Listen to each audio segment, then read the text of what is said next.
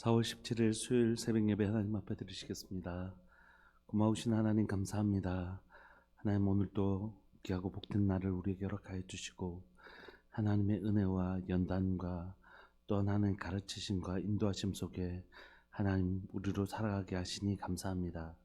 하루하루를 보내는 시간들 속에서 하나님 우리를 예수님의 보혈로 정결케 하시고 거룩케 하시고 하나님 오직 우리 주 예수 그리스도를 닮아가는 하나님의 사람들이 될 수 있도록 주님 은혜 내려 주옵소서. 계속해서 우리 속에서 하나님 예수님을 보기를 원합니다. 우리의 모습 속에서 예수님이 보이는 예수 그리스도의 좋은 제자가 되기를 원합니다. 사랑하는 교회를 통해서 사랑하는 우리 주님이 보여지는 그런 교회 되기를 소망합니다.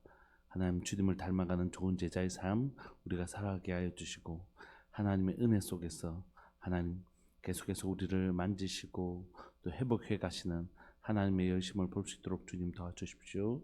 사랑하는 예수님의 이름으로 감사하며 기도합니다. 아멘. 우리 찬송가 67장 함께 찬양 드리시겠습니다. 찬송가 67장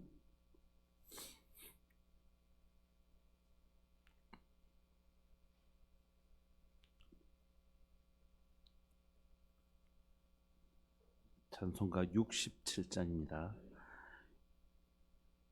영광의 왕께 다 경배하며 그 크신 사랑 늘 찬송하라. 옛부터 영원히 참방패시니 그 영광의 주를 다 찬송하라. 능력과 은혜 다 찬송하라. 그 옷은 햇빛 그 집은 궁창 큰 노래 소리로 주노하시고 폭풍의 날개로 줄려가신다. 저 아름답고 놀라운 일이 가득한 이 땅 다 주의 조와 그 힘찬 명령에 더 잡히나니 저 푸른 바다는 옷자락이라. 질그릇같이 연약한 인생 주 의지하여 늘 강건하리. 온 백성 지으신 만왕이시니 그 자비 영원히 변함없어라. 아멘. 아멘.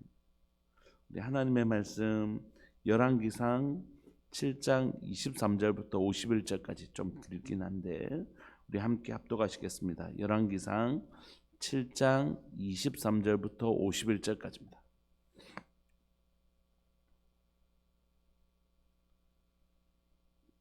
열왕기상 7장 23절부터 51절까지 우리 합독하실까요? 23절부터 시작. 또 바다를 부어 만들었으니 그 직경이 10규빗이요 그 모양이 둥글며 그 높이는 5규빗이요 주위는 30규빗 줄을 두를 만하며 그 가장자리 아래에는 돌아가며 박이 있는데 매 규빗에 10개씩 있어서 바다 주위에 둘렀으니 그 박은 바다를 부어 만들 때에 2줄로 부어 만들었으며 그 바다를 소 12마리가 바쳤으니 셋은 북쪽을 향하였고 셋은 서쪽을 향하였고 셋은 남쪽을 향하였고 셋은 동쪽을 향하였으며 바다를 그 위에 놓았고 소의 뒤는 다 안으로 두었으며 바다의 두께는 한 손 너비만 하고 그것에 가는 백합화의 양식으로 잔가와 같이 만들었으니 그 바다에는 2000밭을 담겠더라. 또 노수로 받침술의 열을 만들었으니 매 받침술의 길이가 4규빗이요 너비가 4규빗이요 높이가 3규빗이라. 그 받침술의 구조는 이러하니 사면 옆 가장자리 가운데에는 판이 있고 가장자리 가운데 판에는 사자와 소와 그룹들이 있고 또 가장자리 위에는 높은 자리가 있고 사자와 소 아래에는 화합 모양이 있으며 그 받침수레에 각각 4놋 바퀴와 놋축이 있고 받침술의 4발 밑에는 어깨 같은 것이 있으며 그 어깨 같은 것은 물두멍 아래쪽에 부어 만들었고 화는 각각 그 옆에 있으며 그 받침술의 위로 들이켜 높이가 한 규빗 되게 내민 것이 있고 그 면은 직경 한 규빗 반 되게 반원형으로 우묵하며 그 나머지 면에는 아로 새긴 것이 있으며 그 내민 판들은 네모지고 둥글지 아니하며 4바퀴는 옆판 밑에 있고 바퀴축은 받침술에 연결되었는데 바퀴의 높이는 각각 한 규빗 반이며 그 바퀴의 구조는 병거바퀴의 구조 같은데 그 축과 태와 살과 통이 다 부어 만든 것이며 받침술의 4 모퉁이의 어깨 같은 것이 4이 있는데 그 어깨에는 받침수레와 연결되었고 받침수레 밑에 위에 둥근 테두리가 있는데 높이가 반규빗이요 또 받침수레 위의 버팀대와 옆판들이 받침수레와 연결되었고 버팀대 판과 옆판에는 각각 빈 곳을 따라 그룹들과 사자와 종려나무를 아로새겼고 또 그 둘레에 화합 모양이 있더라. 이와 같이 받침수레 10개를 만들었는데 그 부어 만든 법과 크기와 양식을 다 동일하게 만들었더라. 또 물두멍 10개를 놋으로 만들었는데 물두멍마다 각각 40밭을 담게 하였으며 매 물두멍의 직경은 4규빗이라. 10받침 수레 위에 각각 물두멍이 하나씩이더라. 그 받침 수레 5은 성전 오른쪽에 두었고 5은 성전 왼쪽에 두었고 성전 오른쪽 동남쪽에는 그 바다를 두었더라. 히람이 또 물두멍과 부삽과 대접들을 만들었더라. 이와 같이 히람이 솔로몬 왕을 위하여 여호와의 전에 모든 일을 마쳤으니 곧 기둥 둘과 그 기둥 꼭대기에 공 같은 머리 둘과 또 기둥 꼭대기에 공 같은 머리를 가지는 그물 둘과 또 그 그물들을 위하여 만든 바 매 그물에 2줄씩으로 기둥 위에 공 같은 2머리를 가리키게 한 석류 400개와 또 10개의 받침수레와 받침수레 위에 10개의 물두멍과 한 바다와 그 바다 아래의 소 12마리와 솥과 부삽과 대접들이라. 히람이 솔로몬 왕을 위하여 여호와의 성전에 이 모든 그릇을 빛난 놋으로 만드니라. 왕이 요단 평지에서 숫꽃과 사르단 사이에 찾은 흙에 그것들을 부어내었더라. 기구가 심이 많으므로 솔로몬이 다 달아보지 아니하고 두었으니 그 놋무게를 능히 측량할 수 없었더라. 솔로몬이 또 여호와의 성전의 모든 기구를 만들었으니 곧 금단과 진설병의 금상과 내수 앞에 좌우로 5씩 둘 정금 등잔대며 또 금꽃과 등잔과 불집게며 또 정금 대접과 불집게와 주발과 숟가락과 불을 옮기는 그릇이며 또 내소 곧 지성소문의 금돌적이와 성전 곧 외소문의 금돌적이더라. 솔로몬 왕이 여호와의 성전을 위하여 만드는 모든 일을 마친지라. 예 솔로몬이 그의 아버지 다윗이 드린 물건 곧 은과 금과 기구들을 가져다가 여호와의 성전 곳간에 두었더라. 아멘. 오늘 전도 나가는 시간이어서 좀 20분까지 설교를 하도록 하겠습니다. 오늘 긴 본문인데요. 자, 한 번만 봐주시면 오늘 본문을 이해하려면 우리가 성막 구조를 잠시만 다시 기억해야 될 것 같습니다. 성막은 50규빗, 50규빗, 50규빗이면 50규빗이라는 정사각형이 2개가 이렇게 걸쳐져 있는 모양으로 이루어져 있습니다. 밑에 정사각형은 뜰로 이루어져 있고 위에 있는 정사각형 안에는 이제 우리가 말하는 이제 성소와 지성소, 실내 공간이 있는 거죠. 그래서 문을 열고 들어가면 제일 먼저 만나는 것이 번제단입니다. 번제단. 우리의 재물들을 여기 태울 수 있는 번제단이 있고 번제단을 지나면 물두멍이라고 하는 손을 제사장들이 재물을 잡고 할 때 더러워지잖아요. 그래서 손을 씻는 장소가 있습니다. 그래서 이 번제단은 우리의 죄를 대신해서 죽는 예수님의 십자가를 상징하고, 이 물두멍에 싣는 곳은 우리가 십자가를 통과하더라도 그것을 자신에게 적용하는 회개의 장소를 의미하는 게 물두멍입니다. 그리고 이제 실내 공간으로 들어가면 오른쪽에는 떡상이 있고 왼쪽에는 금등대가 있습니다. 금등대, 이렇게 금등대가 있고 여기에는 떡상이 있고, 그 중간에는 앞으로 조금 더 가면 우리가 기도를 의미하는 분향단이 있죠. 그러므로 실내 공간은, 실외 공간은 다 노수로 만들어져 있고 실내 공간은 다 금으로 만들어져 있습니다. 왜냐하면 실외 공간은 노은 무엇을 상징하냐면 심판을 상징합니다. 그래서 번제단에서 노수로 이루어져 있는 것은 우리의 죄를 심판받는 장소, 물두멍도 노수로 이렇게 감싸져 있는데 그건 역시 회개가 우리의 죄를 심판받는 것이기 때문입니다. 안으로 들어가면 금은 왜 금으로 이루어졌냐면 하나님과 교제하는 장소, 즉 영광을 상징하기 때문이죠. 그래서 금등대든 떡상이든 분향단이든 다 금으로 쌓여져 있는 것입니다. 떡은 우리가 잘 아는 것처럼 이 떡이 제사상이 아니고 식탁이라고 말씀드렸죠. 주님과 교제하는 장소입니다. 금등대는 빛 대신 말씀, 그 부어지는 기름은 성령의 기름 부으심, 성령의 기름 부으심을 통하여 빛을 우리에게 비춰주시면 그때서야 이거구나라고 깨닫는 역사가 일어나는 것이, 그 말씀을 깨닫는 역사가 일어나죠. 그렇게 되면 할 수 있는 게 뭐냐면 기도입니다. 그러므로 기도는 자기의 소원을 관철시키는 게 기도가 아니라 하나님의 뜻이 무엇인지 깨달은 사람이 하늘에서 이룬 것 같이 땅에서도 이루어지도록 하나님의 뜻을 구하는 게 기도입니다.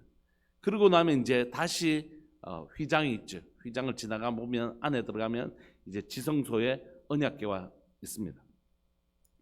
짧은 시간에 이것을 다 설명하려고 하는 것이 아니라 오늘 본문에 나오는 23절에 이 바다라는 게 뭐냐면, 여러분 우리는 물을 가리키는 단어가 많이 있습니다. 뭐 우리가 시냇물, 강, 뭐 개천, 바다, 이렇게 우리가, 왜냐하면 물이 많은 나라이기 때문에, 물이 풍부한 나라였기 때문에 그 작은 시내부터 이렇게 물을 가리키는 단어가 아주 많습니다. 예를 들면 우리는 그냥 예를 들어서 빵이라고 부르는 걸, 빵이 많은 나라에서는 그냥 빵의 이름이 아주 다양하죠. 우리는 그냥 스파게티 이렇게 하나 부르지만 이탈리아에 가면 그 스파게티를 이르는 단어가 아주 많은 것처럼요. 그런데 물이 없는 이스라엘에서는 물이 많으면 다 바다입니다. 얌이라는. 그래서 우리가 갈릴리 호수라고도 부르고 갈릴리 바다라고도 부르는 이유는, 보면 우리의 냉정한 개념으로 보면 그건 호수죠. 그렇지만 그들이 얌이라는 단어로 동일하게 부르는 이유는 뭐냐면 물 많으면 다 바다인 거예요. 그래서 오늘 본문에 등장하는 이 바다라는 단어도 뭐냐면 큰 진짜 바다를 의미하기도 하고, 이 큰 아주 큰 대야를 만들어 놓는 이걸 그냥 얌이라고 부르는 것입니다. 그래서 이 노수로 바다를 만드는 것입니다. 근데 이게 우리 대충 크기가 어떠냐면 4.5m, 직경이 4.5m, 깊이는 2.5m, 그리고 이 담는 물은 44,000리터 정도, 아주 큰 노수로 만든 이렇게 이걸 만드는 거죠. 제가 이게 오늘 본문을 보다가 좀 재미있게 느껴졌던 건 뭐냐면 1절을 보시면 그 직경이 10규빗이잖아요. 10규빗이라는 건 이제 직경이 10규빗이니까 지름이 10규빗이잖아요.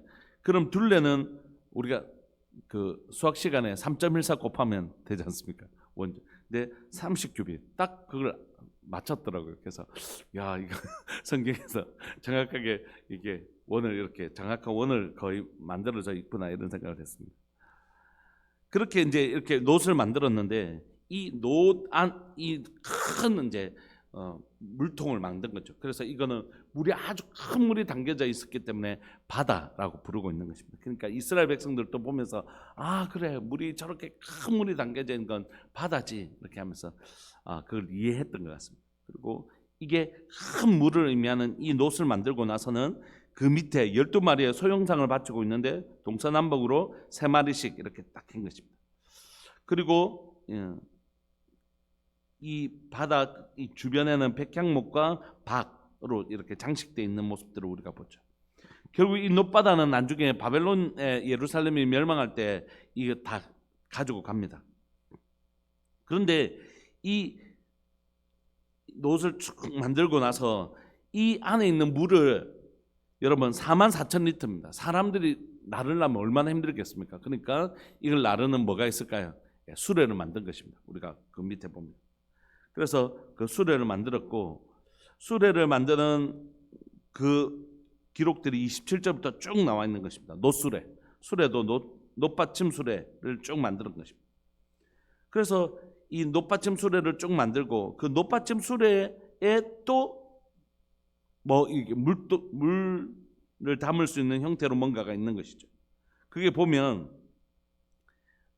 이 수레에다가 또 물두멍이 있는데 그게 보면 물두멍 10개를 만든 것입니다. 그래서 5개는 오른쪽에 5개는 왼쪽에 두고 있는 것이죠. 왜냐하면 여러분 우리가 방금 배웠던 것처럼 번제단 오른쪽에는 이제 재물을 잡는데 재물을 잡고 번제단 하고 나면 피가 막 묻거든요. 더러운 것들이 묻고 그걸 이제 물두멍 앞에서 이제 손을 씻는데 우리가 아까 말했던 그 바다는 엄청 높이가 높잖아요. 높이가 이렇게 높으니까 크고 높으니까 이 가서 이렇게 실제로 손을 씻을 수가 없단 말이에요. 그러니까 약간 이거는 상징적인 어떤 도구로 쓴 것 같아요. 실제로 그 바다에 올라가고 사다리 해가지고 이렇게 하기엔 너무 크고 너무 깊고 혹시 빠지면 되게 어렵잖아요. 그래서 실질적으로 이 물두멍을 역할을 한 건 그 다음에 만들어지는 5개, 10개 여기에 했던 것 같습니다. 그러니까 큰 놋바다를 하나 만들고 물두멍 5개 만들고 이 물을 옮겨다 줄 수 있는 수레를 만드는 것, 그게 오늘 길지만 기록되어 있는 것 같습니다. 그래서 이 놋바다에서 하는 일은, 그리고 물두멍에서 하는 일은 뭐냐면 제사함과 관련되어 있죠. 우리의 죄를 깨끗하게 씻는 것.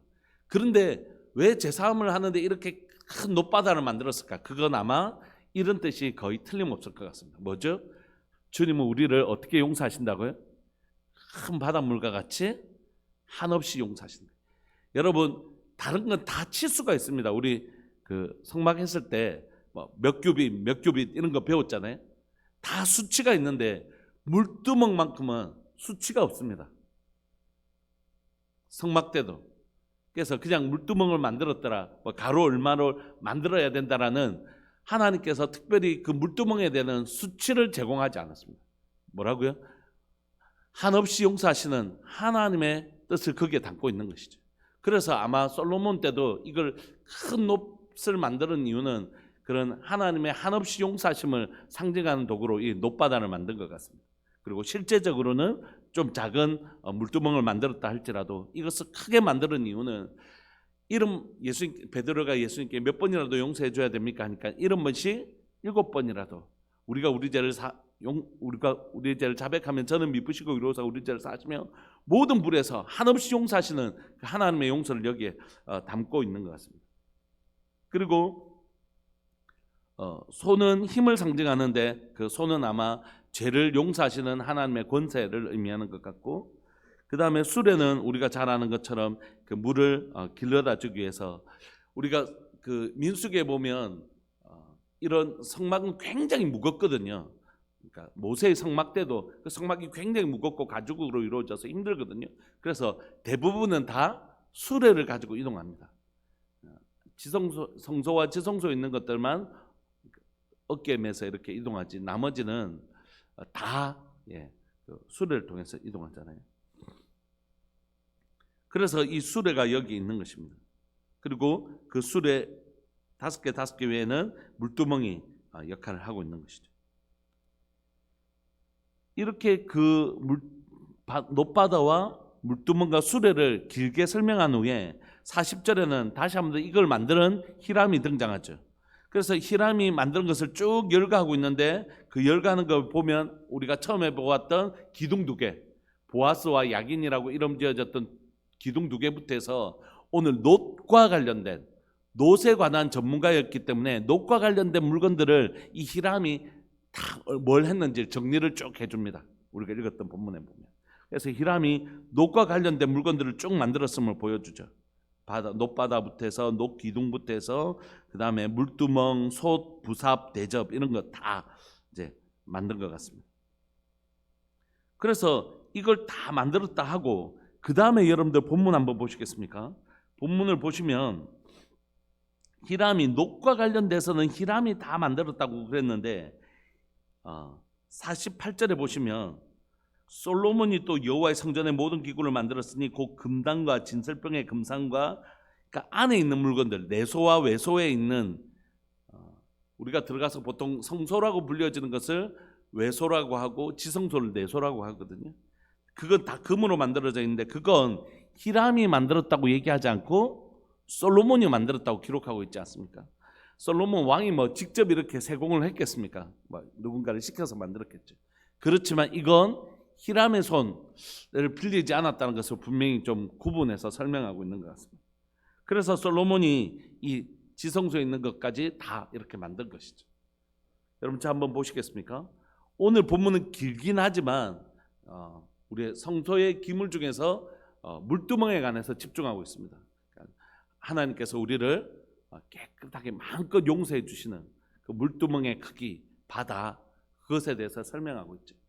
그런데 그리고 오히려 사실 우리에게 중요한 건 뭐 지성소고 내소고 외소에 있는 사실 기구들이잖아요. 근데 좀 짧게 앞에서 이미 기록하고 있었기 때문에 그것을 정리하는 의미에서 솔로몬이 이 모든 것들을 만들었다 이렇게 정리하고 있습니다. 그러니까 우리가 물두멍까지 자세히 기록하고 그 뒤에는 히람은 앞들에 있는 거, 솔로몬은 안에 있는 거 만들었다 이렇게 정리하고 끝을 내고 있습니다. 오늘 우리가 이 본문을 통해서 우리 이 저자가 하나님께서 이 열왕기상의 저자를 통해 우리에게 전하려고 하시는 메시지는 하나님 우리를 마음껏 용서하시는 분이시다라고 읽을 수도 있겠지만 물론 성전에 있는 기능이 그 물두멍의 기능이 하나님 우리를 이렇게 마음껏 용서하시는구나 라는 메시지일 수도 있겠지만 만약에 모세의 성막에서 이렇게 기록됐다면 그렇게 읽는 게 당연하다고 생각합니다. 그리고 오늘 본문에서 이 성전의 기구들을 통해서 이 성전에서 우리의 죄를 용서하시는 성전의 기능, 번제단이나 물두멍을 통해서 우리의 죄를 모든 죄를 용서하시는 하나님의 모습을 보여주고 있는 것이 틀림없습니다. 이걸 우리가 첫 번째로 받아들였으면 좋겠습니다. 그래서 하나님 이 솔로몬 성전을 통하여 우리에게 보여주고 싶은 건 이 성전에서 하나님 우리를 어떻게 하실 것이라고요? 우리의 죄를 마음껏 용서해 주실 것이라는 거죠. 그런데 그럼에도 불구하고 이 성경을 읽을 때는 뉘앙스가 중요하거든요. 우리가 아합과 이세벨의 기사를 읽으면서는 이미 우리 가운데 무슨 선입견을 가지고 읽을까요? 또 무슨 나쁜 짓 하노? 이런 눈으로 보지 않습니까? 그리고 예수님이 뭔가를 하실 때는 좀 우리가 이해 안 돼도 예수님 이 안에 틀림없이 뭔가 놀라운 일이 있을 거야 이런 기대하는 마음으로 읽는 그 뉘앙스라는 게 있지 않습니까? 오늘 본문은 계속해서 어떤 뉘앙스를 우리에게 계속 주냐면 솔로몬이 이렇게 화려한 성전을 짓고 크게 짓고 뭐가 많고 넘치도록 많고 창고에 꽉꽉 채워져 있고 막 측량할 수 없는 정도의 막 많은 양이 있었다 이런 뉘앙스로 계속 쓰고 있거든요. 그런데 그게 긍정적인 뉘앙스가 아니라 부정적인 뉘앙스라는 거지. 이렇게 모세의 성막과는 비교할 수 없는 엄청나게 큰 성전을 짓고 있으면 너무 감사해요 막 이렇게 돼야 되는데 우리 주님은 저 높바다와 같이 우리를 마음껏 용서하시는 분이시지 하면서도 한 구석에는 찝찝함이 남아있다는 거죠. 사람들의 눈에는 화려한 성전이 되게 그래 이 정도 돼야지 하나님의 성전이지 이럴 수 있을런지 모르겠습니다. 성경은 군마를 많이 두고 많은 아내를 두고 재물이 많고 군사가 많고 이런 것을 향하여 조금 걱정되는데 하는 뉘앙스로 보고 있다는 거죠. 구체적인 그 교회의 이름을 들 수는 없지만 서울에 아주 유명한 교회가 있습니다. 제자훈련으로 아주 유명한 교회. 그렇게 하지만 옥하는 목사님이 개척하신 사랑의 교회가 있습니다. 사람을 세우는 교회로. 그런데 이제 그 교회가 하도 오래돼서 서초동으로 이제 교회를 새로 교회 예배당을 지어서 갔습니다. 저 직접 가봤거든요. 제자훈련할 때. 정말 크고 너무 화려하다. 근데 그 제작하는 과정 가운데 이제 공유 면적을 사용하는 일이 좀 있었습니다. 결국 그래서 원상복구회라는 명령이 떨어졌습니다. 행정명령이 떨어졌습니다. 그래서 법원에다가 하고 다시 그걸 법원에다가 했는데 다시 원상복구회라는 명령이 떨어졌는데, 그 사건을 보면서 우리 안에 굉장히 아픈 마음이 있는 거죠. 그렇게 전에 있는 사랑의 교회보다는 비교할 수 없을 정도로 크고 아름답게 지었는데, 많은 분들이 그렇게 큰 예배당을 보면서 사랑의 교회가 부흥했구나 이렇게 생각하지 않는다는 거예요. 걱정하기 시작했습니다. 얘기하죠. 소강성 목사님이 세된 교회를 크게 지어서 이렇게 갔습니다. 그곳에서 어떤 집회를 했는데 이찬수 목사님 가셔서 이제 한 말씀 하셨죠. 이렇게 큰 교회를 지었는데 이 교회 나중에 유럽 교회처럼 정작 사람들이 다 사라지면 어떻게 하려고 이렇게 지었냐. 뭐 그런 의도는 아니셨다고 나중에 얘기하셨지만 그렇게 얘기하셨어요. 그러니까 실명을 얘기해서 좀 부담이 있지만 그럼에도 불구하고 오늘 솔로몬 성전은 그런 뉘앙스를 가지고 있다는 거죠. 아주 크고 화려하게 지었는데 모세의 성막과는 비교할 수 없을 정도로 너무 화려하고 크게 지었는데 이것을 바라보는 열왕기상의 저자의 상태는, 그리고 그를 감동하시는 하나님의 마음은 너무너무 걱정스러워. 우리도 그런 경우 있잖아요. 어떤 한 분이 계신데 너무너무 잘 돼요. 하는 일마다 척척척 잘 돼요. 그리고 어깨에 힘들어가기 시작하면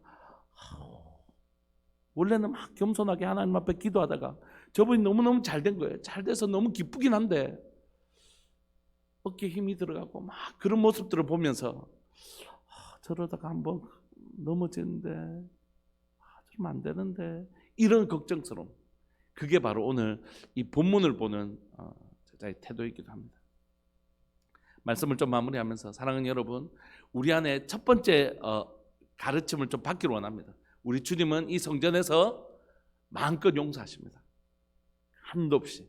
근데 우리가 배웠던 것처럼 성전에 이 땅에 오신 성전이 계시지 않습니까? 예수 그리스도. 예수님 우리를 한없이 용서하시는 분이십니다. 그리고 우리가 또한 성전이지 않습니까? 세상 가운데 예수 그리스도의 한없이 용서하심을 전해야 될 책임이 우리에게도 있는 것이죠. 우리가 그 용서하심을 경험하기를 소망합니다. 우리가 우리의 죄를 용서하시는 그 주님의 용서하심, 바다와 같이 용서하시는 그 용서하심을 경험하는 우리들 되기를 소망합니다. 그것을 신뢰하는 믿는 우리들 되기를 원합니다. 뿐만 아니라 사람들에게 그 용서를 전할 수 있는 우리가 되기를 소망합니다. 이게 첫 번째 우리가 붙들고 싶은 진리이고, 그럼에도 불구하고 또 하나는 뭐냐면 과연 화려한 것이 정말 주님이 원하는 성전이었을까? 이게 이 본문을 대하는 열왕기상의 저자의 태도이기도 하고 그를 감동하신 하나님의 우려이기도 합니다. 왜냐하면 좀 지나면 이제부터 뭐가 나올까요? 솔로몬의 타락이 시작되기 때문에. 그래서 여러분, 우리가 꼭 이런 태도를 가지기를 원합니다. 넘어졌을 때는 일으키시는 하나님의 은혜를 꼭 붙잡되, 내가 섰다고 생각하면 넘어질까? 두려워하라는 말씀을 우리가 좀 붙들고 싶습니다. 사도 바울은 그래서 자신을 이렇게 고백합니다. 나는 약할 때도 강하는 법을 안다. 왜냐하면 내가 아무리 약하더라도 내 안에서 역사하시는 분이 나를 능히 일으키실 것이기 때문입니다. 그런데 나는 부할 때도 처하는 법을 배웠다. 내가 잘 될 때 이게 내 힘으로 되는 게 아니라 전적으로 하나님의 은혜로 된 줄 믿기, 그걸 배웠기 때문에 교만하지 않는 법도 배웠다라고 사도 바울은 자신의 삶을 고백하거든요. 그래서 나는 내게 능력 주시는 자 안에서 모든 것을 할 수 있다. 그 일체의 비결을 배웠다. 그건 내가 모자랄 때 뭐든지 할 수 있다는 뜻이 아니라 잘 나갈 때도 교만으로 넘어지지 않을 방법도 배웠다는 것을 의미하거든요. 오늘 우리 안에 약할 때도 비굴하지 않고 잘 될 때도 교만하지 않는, 내 안에서 내게 능력 주시는 자 안에서 내가 모든 것을 살 수 있는 것이, 내가 혹시 내 삶에 아름다운 일이 일어났다면 그건 전적으로 그 일을 이루어 가시는 하나님의 은혜라는 사실을 볼 줄 아는 영적 영안이 있어서 하나님 우리를 마음껏 복을 주실 수 있도록 교만하지 않을 그 영혼을 향하여 하나님 마음껏 복 주실 수 있도록 그렇게 준비된 영혼이 되면 참 좋겠다. 그런 마음이 솔로몬을 보면서 더 간절히 드는 것 같습니다. 우리 시간 통성으로 한번 기도하실까요? 하나님, 우리를 한없이 용서하시는 하나님을 배우게 하시되, 그러나 우리가 선줄로 생각하면 넘어질까 두려워할 줄 아는, 내게 능력 주시는 자 안에서 내가 모든 것을 했다는 사실을 기억할 줄 아는, 그래서 혹시 내 삶 가운데 흥함과 놀라운 일이 일어날지라도 그건 전적으로 내 안에 일을 하신 주님의 은혜라는 사실을 볼 줄 아는 영적인 하나님의 시력이 하나 열려져 있는 사람, 그런 사람 될 수 있도록 주님 은혜 내려주옵소서. 우리 그렇게 기도하면서 나갑시다. 기도하시겠습니다. 주여, 살아계신 하나님 아버지, 역사하시는 하나님 감사합니다. 오늘 또 귀하고 복된 말씀 우리에게 들려주셔서 감사하고, 사랑하는 하나님 아버지, 말씀 앞에서 우리를 한없이 용서하시는 주님을 기억합니다. 우리의 억만제약이라도 용서하시는, 우리의 억만제약이라도 용서하시는 하나님의 한없는 용서를 바라봅니다. 또한 하나님 아버지, 우리가 하나님의 흥할 때에 하나님 우리가 정말 두려워할 수 있도록 주님 도와주십시오. 부자가 천국에 가는 것이 낙타가 바늘귀에 통과하는 것보다 어렵다고 말씀하시는, 그리고 부자 청년이 결국 예수님을 따르지 못했다는 사실을 기억하면서 그게 얼마나 어려운 일인지, 그리고 그런 것들이 얼마나 무서운 일인지, 하나님 그 부요함 때문에 오히려 주님을 따르지 못한다면 정말 그게 얼마나 무섭고 두려웠고 떨리는 일인지 주님 제가 기억합니다. 하나님, 때로는 교회 부흥을 꿈꾸고 때로는 하나님 사역의 열매를 꿈꾸지만, 하나님 그러나 마음속에 깊은 두려움이 있는 것, 주님 그럴 때라도 교만하지 않을 마음을 먼저 주십시오. 하나님의 사역의 열매와 하나님 어떤 일의 부흥을, 어떤 일에 하나님 부흥을 주시기 전에 그 일이 일어나도 교만하지 않고 주님만 붙들고 주님만 하나님 주님 앞에 엎드릴 하나님 그 심령과 그 마음을 먼저 주시고 하나님 부흥과 열매를 주시기를 소망합니다. 사랑하는 하나님 아버지, 오늘 또 우리 삶에 일어나는 하나님의 결핍의 순간에도 주님을 붙잡을 수 아는 사람이 되게 하시되, 하나님 우리가 흥할 때라도 절대로 하나님을 놓치지 아니하는 하나님 가난한 심령들을 우리에게 허락하여 주시기를 소망하고, 우리의 흥함의 때에 우리가 섰다고 생각할 때 넘어질까 두려워할 줄 아는 겸손하고 낮은 심령들을 우리에게 허락하여 주시기를 소망합니다. 오늘을 살아가는 우리 성도들에게 단순히 일하는 일마다 척척척 잘 되는 것이 진짜 하나님의 뜻도 아니고 그게 복도 아니고, 오늘도 하나님 겸손하게 하나님만 붙들지 않으면 나아갈 수 없는 상태, 이 시간에 주시는 하나님의 은혜를 빼앗기지 않도록 주님 은혜 내려 주옵소서. 오늘도 사랑하는 주님만 붙들며 내 삶의 주인 되시는 주님만 바라보며 내 삶 가운데 혹시 하나님의 아름다운 일이 일어날지라도, 선한 일이 일어날지라도, 또 열매 맺는 일이 일어날지라도 그 일을 이루어 가시는 주님을 바라보는 일을 절대 놓치지 않는 은혜를 우리에게 허락하여 주옵소서. 감사합니다. 오늘 하루도 우리와 동행해 주셔서 내가 넘어지지 않도록 붙잡아 주실, 교만으로 넘어지지 않도록 나를 붙잡아 주실 주님을 기대하고 소망합니다. 주님 우리를 붙들어 주옵소서. 사랑하는 예수님의 이름으로 감사하며 기도합니다. 아멘. 송상열 집사님 하나님 앞에 귀한 예물 드리셨습니다. 우리 함께 기도하시면서 오늘 하루 하나님이 붙드시는 교만에 넘어지지 않도록 나를 붙들어 주옵소서. 그리고 나를 한없이 용서하시는 주님의 그 용서하심을 신뢰하게 하여 주옵소서. 우리 그런 마음으로 함께 기도하시다가 오늘 하루 또 살아내시겠습니다. 우리 함께 기도하시겠습니다.